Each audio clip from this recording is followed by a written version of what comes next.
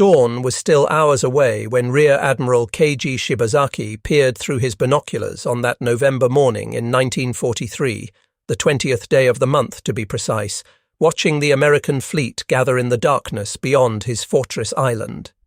His hands shook slightly, not from fear but from the vibrations of incoming naval shells that were already beginning to hammer Betio Island.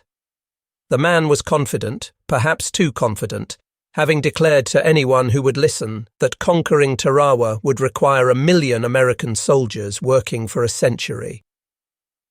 Standing there in his reinforced concrete command post, buried beneath 10 feet of compacted coral sand and stacked coconut logs, he surveyed what he genuinely believed to be an unconquerable position. His fortress housed 4,500 of Japan's finest warriors, the Special Naval Landing Forces, elite troops who had spent 15 months transforming this tiny scrap of coral into the deadliest piece of real estate in the Pacific Ocean. The Americans steaming toward him had absolutely no comprehension of what awaited them. Shibazaki had overseen the construction of a killing ground so precisely engineered that every single angle had been calculated, every conceivable field of fire carefully interlocked with others, every yard of beach pre-registered for artillery strikes. The island itself measured just 291 acres, smaller than that famous park in Manhattan, yet into this cramped space the Japanese had concentrated more defensive firepower per square foot than perhaps anywhere else on Earth. What neither the confident Japanese admiral nor the approaching United States Marines could possibly know was that in exactly 76 hours this fortress would fall, though the cost would stagger the American public and fundamentally reshape how amphibious assaults would be conducted for generations to come. The butcher's bill would prove almost incomprehensible in its magnitude. American forces would suffer over 3,000 casualties, with more than 1,000 Marines killed outright and another 2,100 wounded badly enough to require evacuation. The Japanese garrison would be virtually annihilated, with only 17 soldiers surviving to become prisoners, along with 129 Korean labourers who had been pressed into service building the very fortifications that would become their tombs.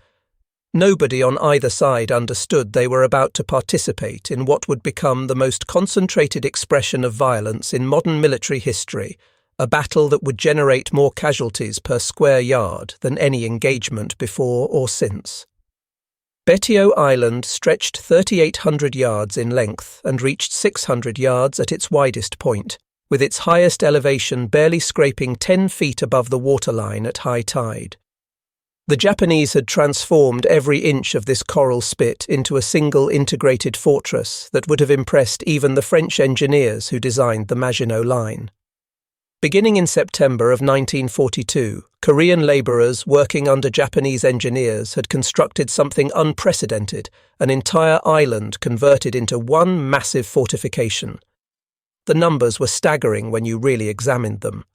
Over 100 major pillboxes and bunkers dotted the landscape, 14 coastal defence guns, including 4 absolutely massive 8-inch Vickers naval rifles that the Japanese had purchased from Britain back in 1910, 40 field artillery pieces positioned for maximum coverage, and more than 200 machine gun emplacements, each one positioned to support the others in an interlocking pattern that left absolutely no dead space on any of the beaches.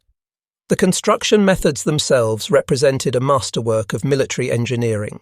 Each major bunker featured reinforced concrete walls measuring up to 5 feet thick, created from a special mixture that incorporated crushed coral, which counterintuitively made the concrete even stronger than standard formulations. Layered over this concrete were coconut logs and palm wood so incredibly dense that it wouldn't even float in water, creating additional barriers capable of absorbing tremendous explosive force. These logs, some measuring 18 inches across, could soak up blast effects that would demolish conventional fortifications.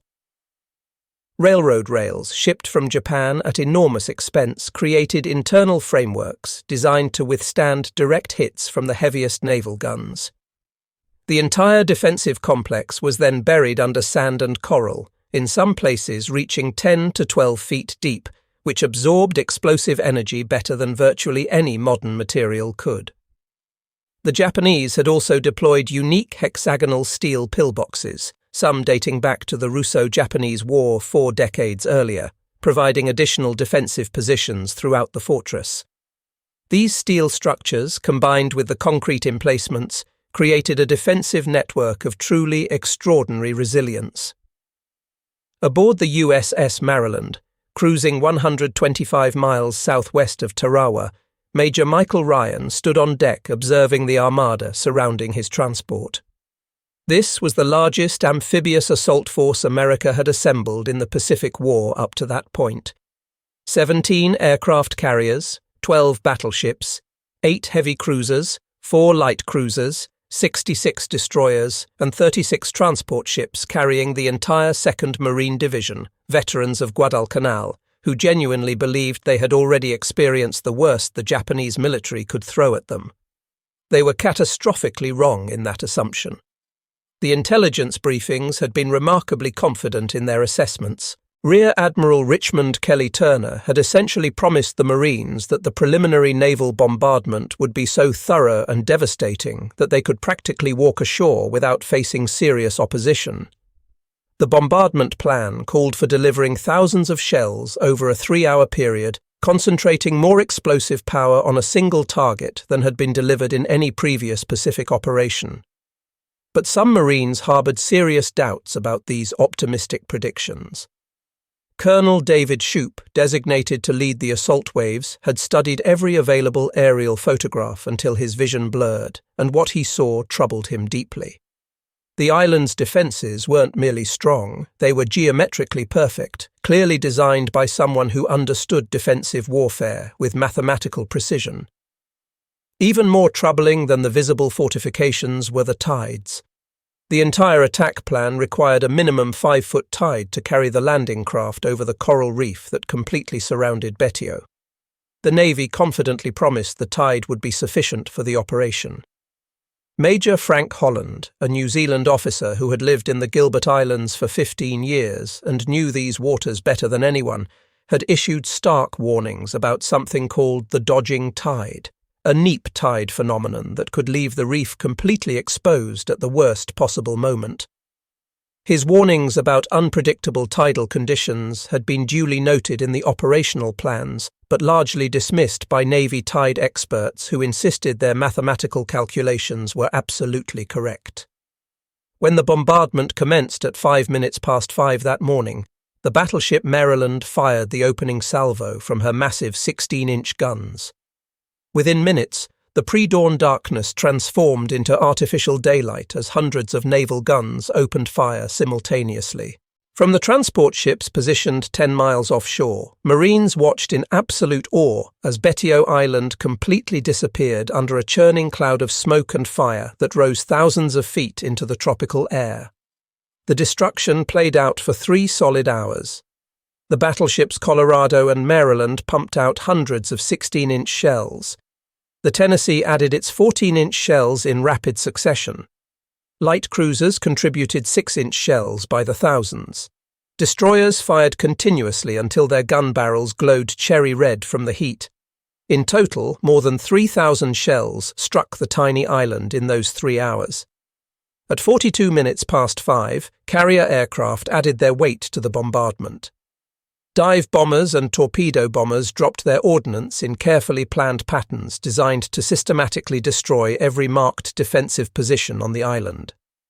The smoke column rose so high it could be seen from ships 30 miles away, an absolutely awesome display of American firepower. But something wasn't right, and the naval spotters began reporting disturbing observations through the smoke. The Japanese 8-inch coastal guns were still firing back at the fleet. Anti-aircraft positions remained operational and were engaging the bombers. As the smoke cleared slightly between bombardment waves, observers could see that the bunkers and pillboxes remained essentially intact, standing like ancient monuments completely immune to modern firepower. The after-action reports would later reveal the terrible truth that nobody wanted to acknowledge. Of the more than 100 major defensive positions scattered across Betio, the 3-hour bombardment had actually destroyed exactly 4 of them. The thousands of shells, spread across 291 acres, had actually delivered minimal concentrated firepower against individual hardened positions, each no larger than a typical small house. The coral sand absorbed much of the explosive force like a giant sponge, while the coconut log reinforcements proved remarkably resilient against anything except direct hits. Even direct hits often failed to penetrate the multiple layers of defense the Japanese had so carefully constructed. Major Holland's warnings about the dodging tide proved tragically, horrifically accurate. The Navy's tide experts had calculated they would have 5 feet of water over the reef, which should have been more than sufficient. Holland had insisted it would be inadequate for the Higgins boats, which required 4 feet of clearance when fully loaded with marines and equipment. The reality turned out even worse than Holland's most pessimistic predictions. The tide provided only 3 feet of water over the reef, not the 18 inches some historical accounts would later incorrectly claim, but still woefully, catastrophically inadequate for the landing craft that were supposed to deliver the assault waves directly to the beach. As the first wave of Higgins boats approached the reef at 7 in the morning, they discovered the ocean's betrayal. The boats ground to a sudden, jolting halt on the coral reef, still 800 yards from the shore they needed to reach. Marines would have to abandon their boats and wade through chest-deep water across the lagoon under direct fire from defensive positions the bombardment had barely scratched. Only the first 3 assault waves had been equipped with amphibious tractors, the LVTS, or alligators, as the Marines called them, that could actually crawl over the reef and continue toward shore.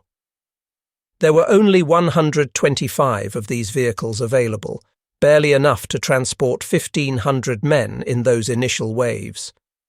The remaining Marines in the subsequent assault waves would have to abandon their stranded Higgins boats on the reef and wade through the absolutely murderous expanse of the lagoon. As the first LVTS crossed the reef and entered the lagoon at 5 minutes before 8 that morning, Shibazaki's defensive system revealed its deadly mathematical efficiency. Every vehicle had to pass through pre-registered kill zones where artillery, mortars and machine guns could concentrate their fire with devastating, calculated accuracy. The Japanese had literally spent months calculating exact ranges and angles for maximum lethality against targets in the lagoon. The LVTS that somehow survived to actually reach the beach encountered yet another carefully planned trap.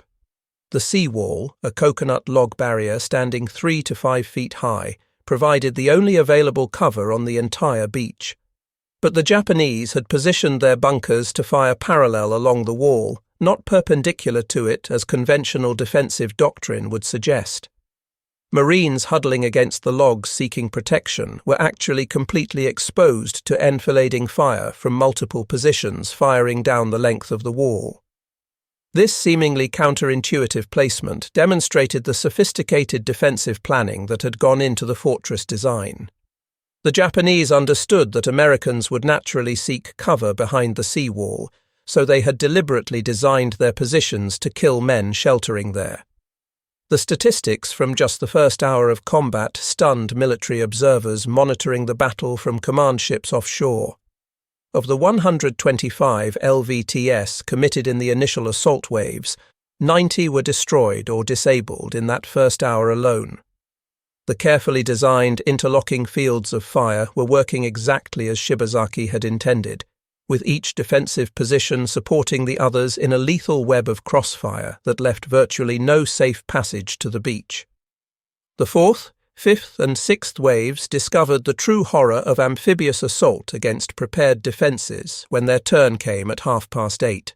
With their Higgins boats grounded uselessly on the reef, 3,500 Marines began the 700-yard wade through the lagoon. The water depth varied throughout the lagoon, depending on the coral formations below, ranging from waist-deep to neck-deep for the heavily burdened men.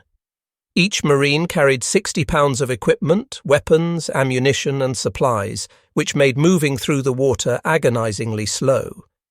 The Japanese had anticipated precisely this scenario during their planning. They had registered their mortars on the reef edge where boats would inevitably ground, Machine guns were positioned to sweep the lagoon with interlocking arcs of fire. The crystal-clear tropical water offered absolutely no concealment whatsoever. At an average wading speed through chest-deep water, each Marine would be under aimed fire for 35 minutes, an absolute eternity in combat conditions. The casualties mounted with terrible mechanical efficiency. Entire squads were eliminated before reaching the beach. Men hit once would go under the water, struggle back to the surface, gasping for air, only to be hit again by the methodical Japanese fire. The weight of their equipment meant that wounded Marines who lost consciousness would drown in just 3 feet of water, unable to keep their heads above the surface. Blood in the water attracted sharks, adding another nightmarish dimension to an already hellish scenario that defied description. Those who somehow survived the wade found themselves facing a new crisis on the beach. The seawall that provided the only available cover could realistically shelter perhaps 500 men along its accessible length. By 9:30 that morning, over 1,500 Marines were desperately trying to occupy that same space, with more arriving every minute as successive waves made it ashore. Those who couldn't fit into the limited cover behind the seawall had no choice but to lie completely exposed on the open beach, where Japanese gunners could target them at will. The Japanese positions now revealed their brilliant, murderous positioning. A single bunker could fire along hundreds of yards of seawall, killing men who thought they were safely sheltered. Machine guns positioned at different heights could fire over Marines crouched in front to hit those lying behind them. Mortars had been pre-registered on the seawall positions, meaning Japanese gunners could drop rounds with deadly accuracy without even needing to see their targets, simply firing at predetermined coordinates. The geometric precision of the defense created a killing field where survival became purely a matter of random chance rather than tactical skill or combat experience. Marines pressed desperately against the seawall had perhaps 18 inches of actual protection from direct fire. Any movement above that level meant immediate exposure to dozens of Japanese weapons firing from mutually supporting positions. The seawall had become a trap, providing just enough cover to concentrate Marines in a confined space where they could be systematically destroyed by pre-planned fires. Colonel David Shoup waded ashore at 10:30 after his landing craft was destroyed 500 yards from the beach. Hit in the leg by shrapnel during the wade but still mobile enough to function, he established his command post directly against the seawall and began assessing the absolutely catastrophic situation his division faced. Of the 3,500 Marines who had attempted to land in the first 2 hours of the assault, approximately 1,500 were already casualties, either dead or wounded. The survivors held a beachhead roughly 700 yards long and at its deepest penetration, perhaps 20 yards inland from the seawall. The situation appeared hopeless by any conventional military assessment. But Shoup identified a critical vulnerability in the seemingly perfect Japanese defences during his assessment. While the positions were mutually supporting and created interlocking fields of fire, the destruction of even one bunker would create a gap in those carefully calculated firing patterns. These gaps could potentially be exploited to attack other positions from angles the Japanese hadn't fortified as heavily, since their defensive plan assumed all positions would remain functional. The perfect defensive geometry actually contained the seeds of its own destruction, but only if every single position remained operational. Over a barely functioning radio damaged by salt water, Shoup issued the orders that would ultimately define the entire battle. Continue the attack regardless of casualties. There would be no withdrawal from the beach, no pause for reorganization or regrouping. The only path to victory lay in maintaining absolutely relentless pressure until the defensive system finally cracked under the strain. The battle's turning point came not from any coordinated grand assault, but from individual Marines making independent decisions to attack specific positions, regardless of the seemingly suicidal odds. These individual actions, though they appeared completely suicidal at the time, began to systematically unravel the Japanese defensive network, one position at a time. First, Lieutenant William Dean Hawkins led his scout sniper platoon in a series of attacks on Japanese positions that military doctrine said should result in certain death. Standard doctrine dictated that approaching fortified positions across open ground meant almost certain annihilation. Hawkins completely ignored conventional doctrine. With a handful of volunteers who understood they probably wouldn't survive, he systematically attacked multiple machine gun positions using grenades, demolition charges, and accurate rifle fire.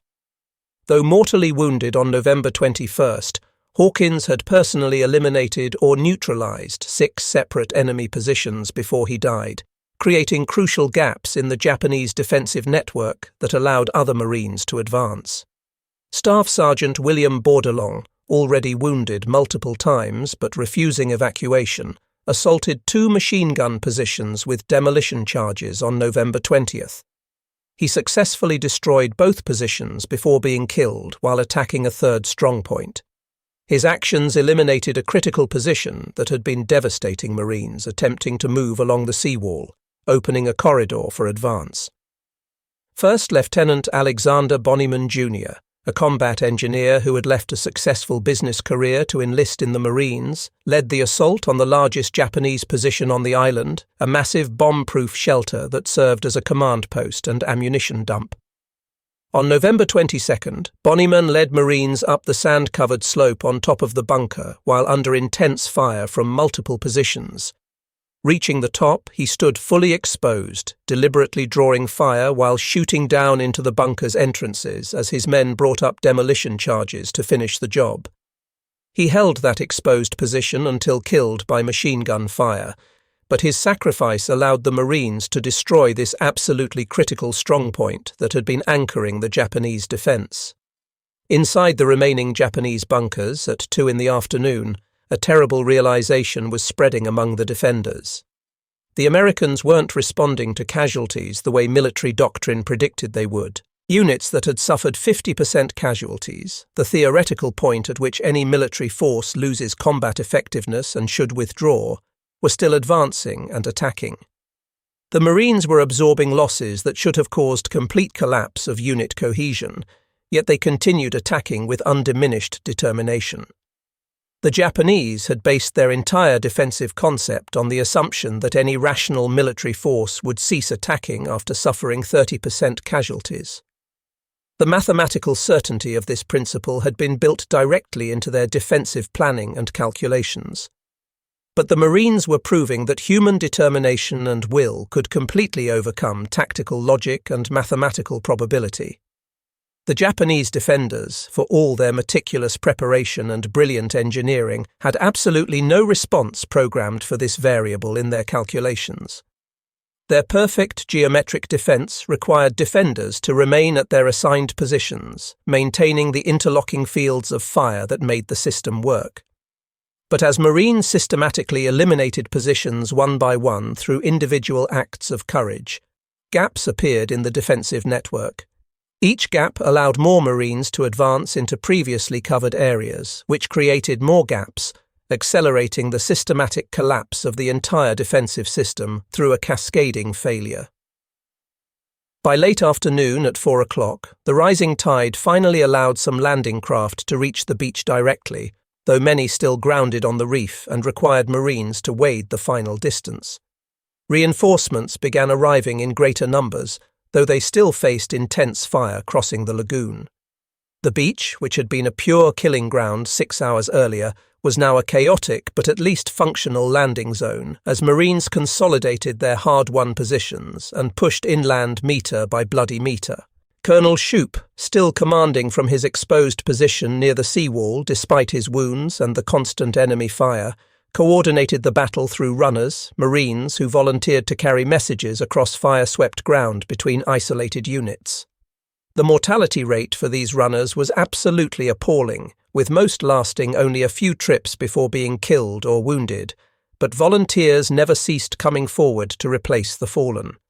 Their courage in maintaining communications proved absolutely vital to coordinating the assault when most radio equipment had been destroyed by saltwater immersion or enemy fire. The cumulative effect of these individual acts of courage was creating results that the Japanese planners had never anticipated. Where Japanese engineers had calculated fields of fire and expected casualty ratios based on historical precedent, the Marines were demonstrating that raw determination could overcome defensive advantages through sheer willpower. Progress was measured in yards gained at terrible cost, but it was undeniable progress nonetheless, each small gain opening opportunities for further advance. As darkness fell on the first day at 9 o'clock that evening, the Americans held a precarious, contested beachhead. Of approximately 5,000 Marines who had attempted to land during the day, over 1,500 were casualties, dead or wounded. But they were ashore in force and had proven beyond doubt that Shibazaki's supposedly impregnable fortress could be cracked through sustained assault. The night brought entirely new challenges that neither side had fully anticipated. The Japanese, extensively trained in night fighting tactics, prepared for potential counterattacks against the Marine positions.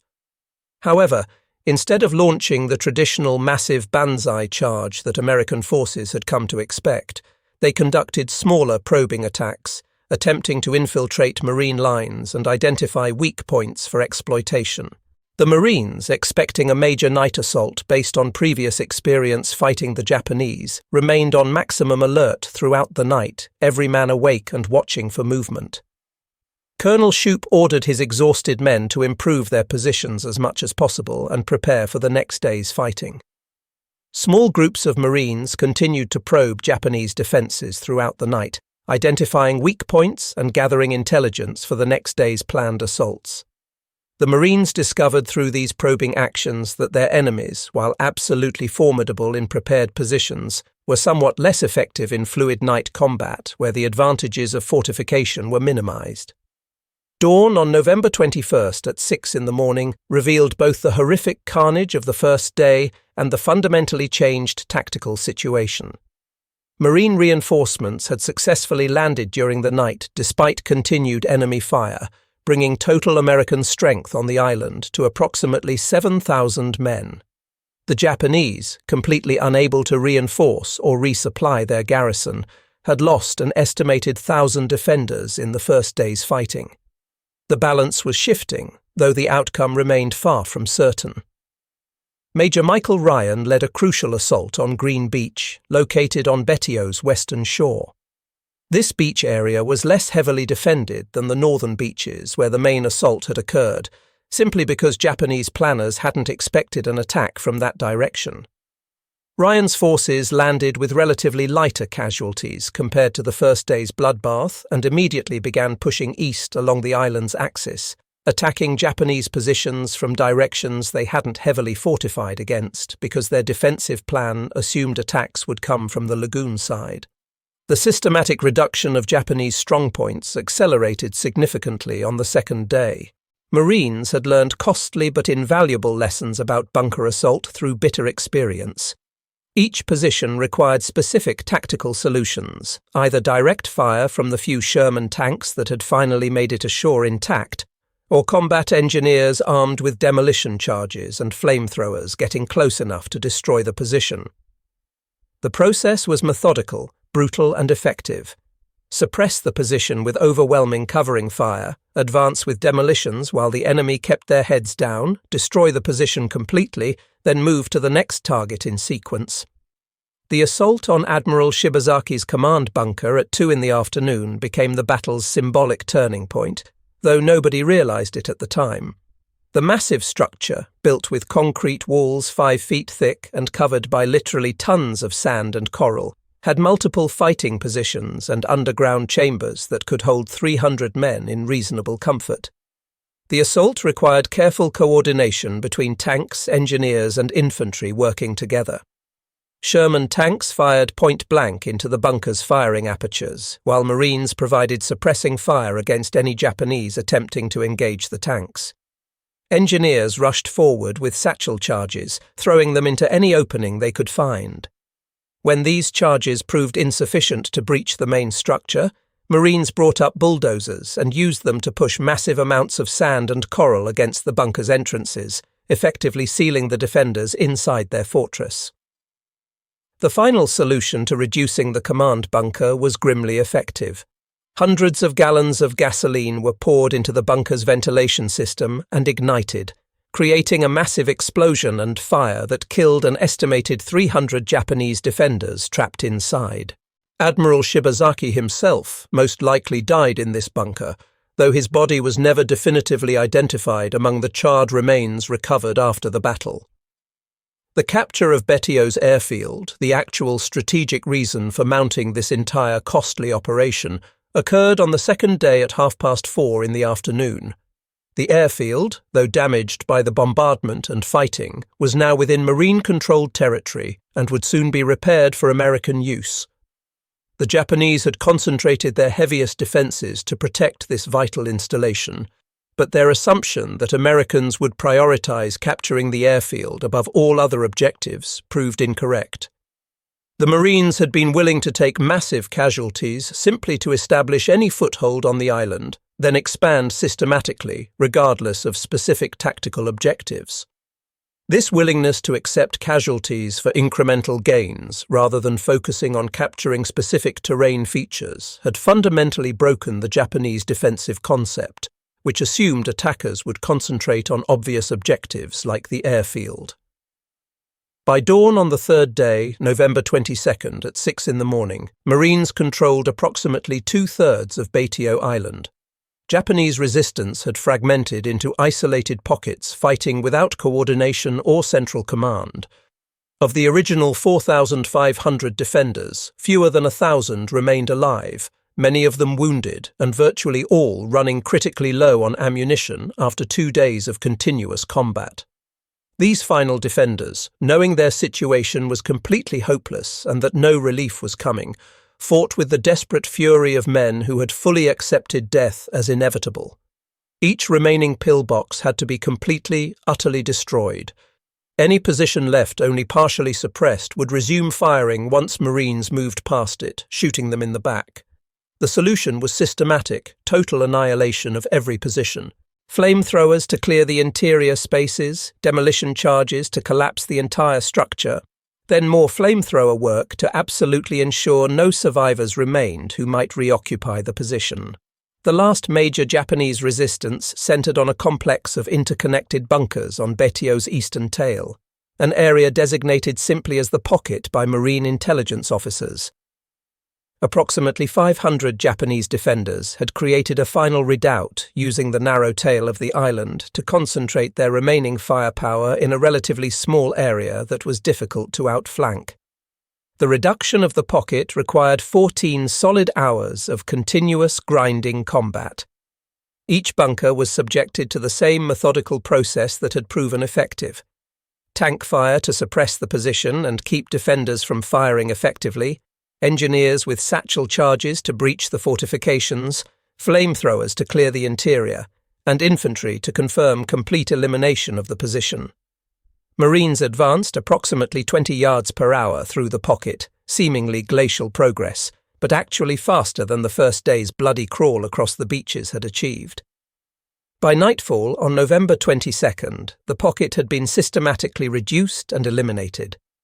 The few surviving Japanese defenders conducted a final desperate banzai charge shortly after midnight, a futile gesture of defiance that ended in their complete annihilation under concentrated Marine machine gun fire that cut them down before they covered 50 yards.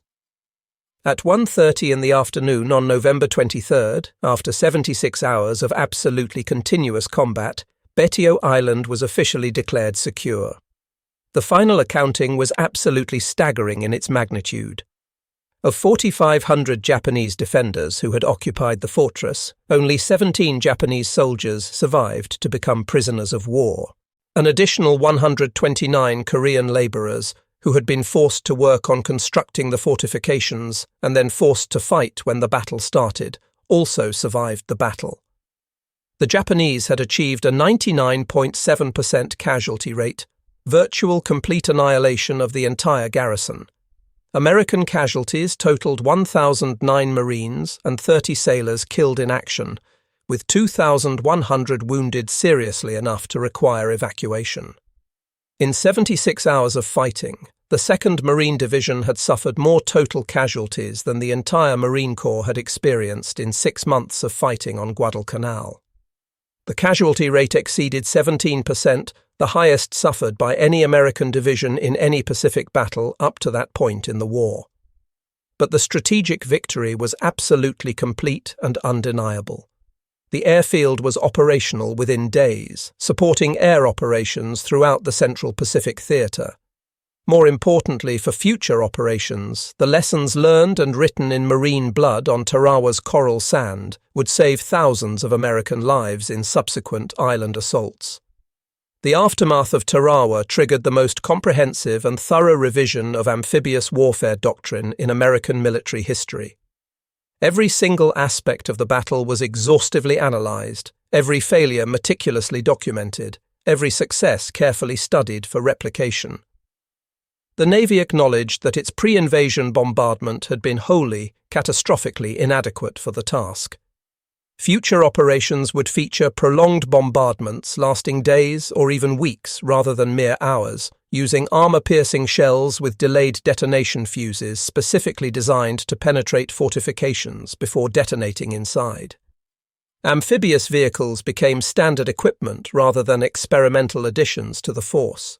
The LVT-2 Water Buffalo and the amphibious truck DUKW would become standard issue equipment for every amphibious operation, completely eliminating the deadly wade through lagoons that had cost so many lives at Tarawa. Communication equipment was completely redesigned for reliable waterproofing, with redundant backup systems installed to ensure coordination even when primary radios failed in the surf. New bunker-busting shells were developed specifically to defeat Japanese-style fortifications constructed from concrete and coconut logs. Within 6 months of Tarawa, napalm would be introduced to the Pacific Theater as a standard weapon, providing a tool specifically designed to clear fortified positions that conventional explosives couldn't destroy. Each innovation and improvement traced directly back to specific failures experienced at Tarawa, purchased with marine blood. In Tokyo, the loss of Tarawa sent profound shockwaves through Imperial General Headquarters and the military leadership. The Americans had accomplished something Japanese military doctrine deemed fundamentally impossible. They had accepted absolutely catastrophic casualties to capture a strategically limited objective of relatively minor importance. The willingness to sustain such horrific losses for a tiny coral island demonstrated American determination that Japanese strategic planners had fatally, catastrophically underestimated in their calculations. The Japanese strategic concept had calculated that island fortresses would gradually exhaust American resolve through steady attrition over time. Tarawa proved exactly the opposite was true. Americans would accept whatever casualties proved necessary to maintain strategic momentum toward Japan. The entire Japanese defensive strategy for the Pacific required fundamental reconsideration. If Americans would pay such a terrible price for insignificant Tarawa, then absolutely no position anywhere in the Pacific could actually stop their advance. Japanese defenders on other islands throughout the Pacific studied every available report from Tarawa with growing dread, but the tactical lessons were profoundly dispiriting for them. The Americans had learned from their mistakes and would absolutely not repeat them in future operations. Future island assaults would feature overwhelming firepower applied over extended periods, vastly better equipment, including abundant amphibious vehicles, and refined tactics incorporating all the lessons learned from the disaster and ultimate triumph of Tarawa. Decades after the battle ended, Tarawa veterans continued to struggle conveying the sheer intensity of those 76 hours to anyone who hadn't been there. The concentration of violence in such an incredibly small space and compressed time frame utterly defied normal combat experience and description. Marines who had fought across the entire Pacific Theater in multiple campaigns universally rated Tarawa as their absolute worst experience, worse than the famous bloodbaths of Iwo Jima, worse than Okinawa, worse than Peleliu. The battle's survivors formed an extremely unique fraternity, bound together by shared experience of the most concentrated killing ground in Marine Corps history. At veterans' reunions held decades later, they spoke of things that simply couldn't be adequately conveyed to anyone who hadn't experienced them firsthand. The interminable wade through the lagoon under constant, accurate fire. The desperate, claustrophobic fight pressed against the seawall with nowhere to go. The systematic, methodical reduction of positions that seemed absolutely impregnable. Many veterans made pilgrimages back to Tarawa in later years, finding it incredibly difficult to reconcile the peaceful coral island they saw with the hellish battlefield they remembered, struggling to explain to younger generations the terrible price paid for victory on that small piece of coral. The Marine Corps official after-action report on Tarawa carried the subtitle Lessons Written in Blood, explicitly acknowledging that every single tactical improvement recommended in the document had been directly paid for with Marine casualties.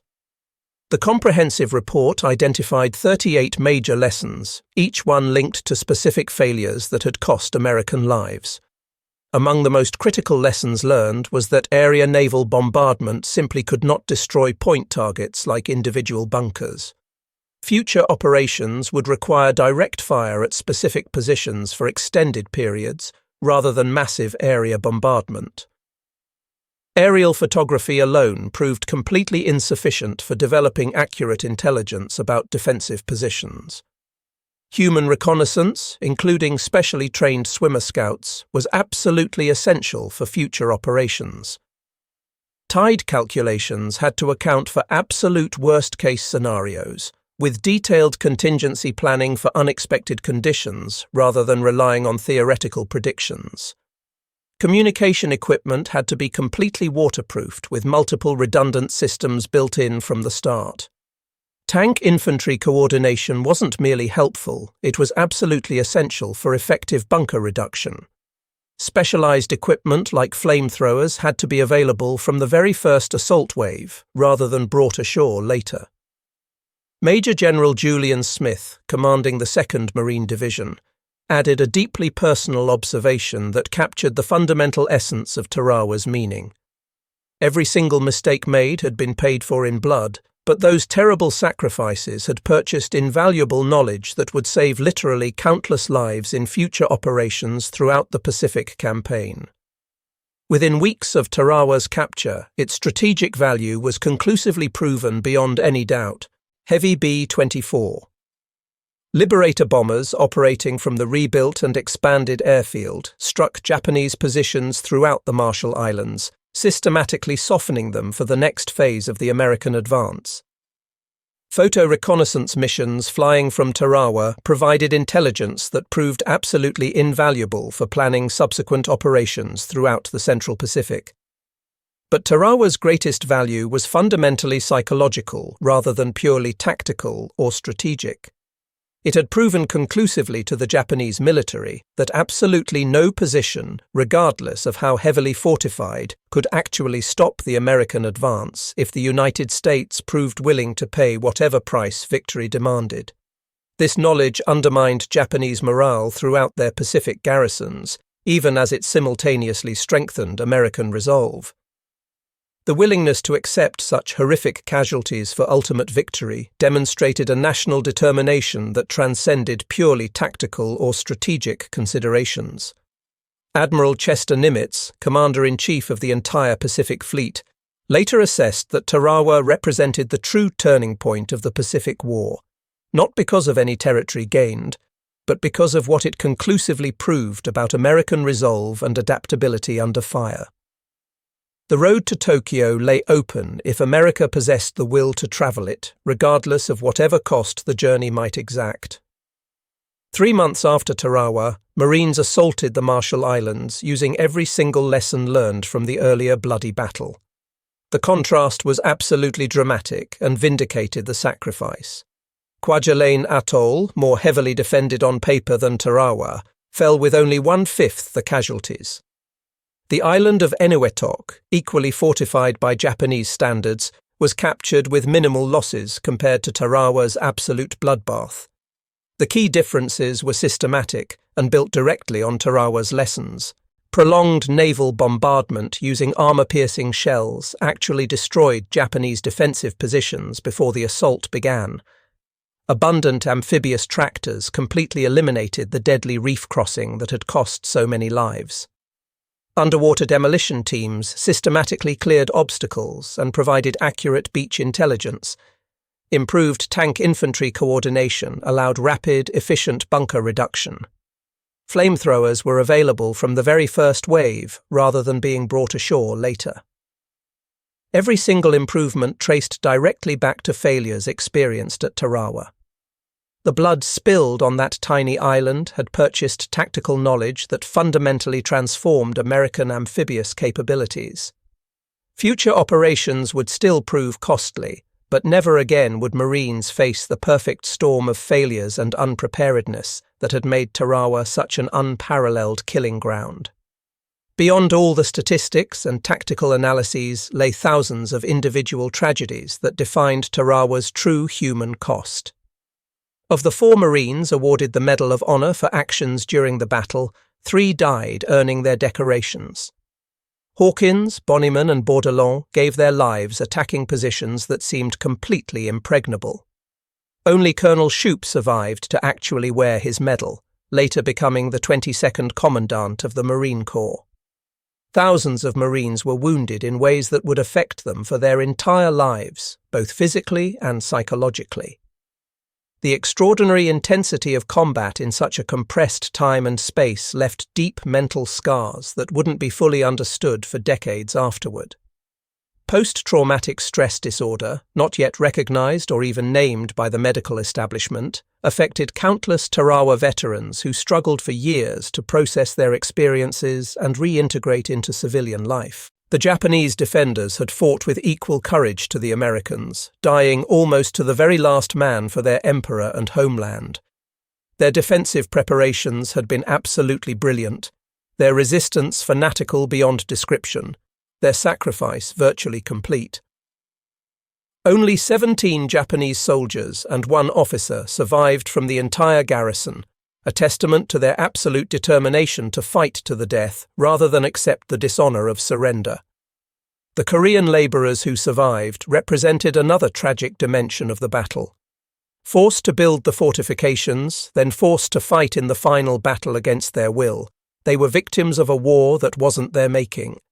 Their survival rate was actually higher than the Japanese defenders, as some were able to surrender once it became clear the Japanese could no longer prevent them from doing so. Tarawa's profound influence extended far beyond World War II into modern military doctrine.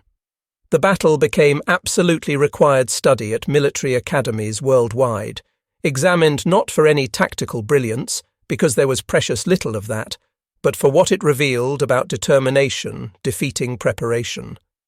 The Japanese had created what they believed was the perfect defensive position. The Americans had taken it anyway through sheer willpower and acceptance of whatever casualties proved necessary. Modern military doctrine still incorporates fundamental lessons from Tarawa: the absolute importance of accurate intelligence before operations, the critical necessity of specialized equipment for specific combat environments, the fundamental nature of joint operations between different services, and above all, the recognition that human will can overcome significant tactical disadvantages when properly applied. All these principles trace directly back to those 76 hours on Betio, the establishment of modern special operations forces, the overwhelming emphasis on detailed reconnaissance, the development of precision weapons systems to reduce fortifications, and the doctrine of applying overwhelming force at the point of attack all have deep roots in the bloody lessons of Tarawa. The battle proved conclusively that absolutely no position is impregnable if the attacker proves willing to pay whatever price victory demands, a lesson with profound implications extending far beyond purely military strategy. Admiral Shibazaki's boastful declaration that conquering Tarawa would require 1 million men working for 100 years became one of history's most spectacularly, catastrophically wrong military predictions. In just 76 hours, 18,000 Marines proved that determination could overcome any fortress, that American democracy could produce warriors every bit as dedicated and determined as any totalitarian system, and that absolutely no defensive position, however mathematically perfect, could withstand the sustained assault of free men fighting for a cause they believed just.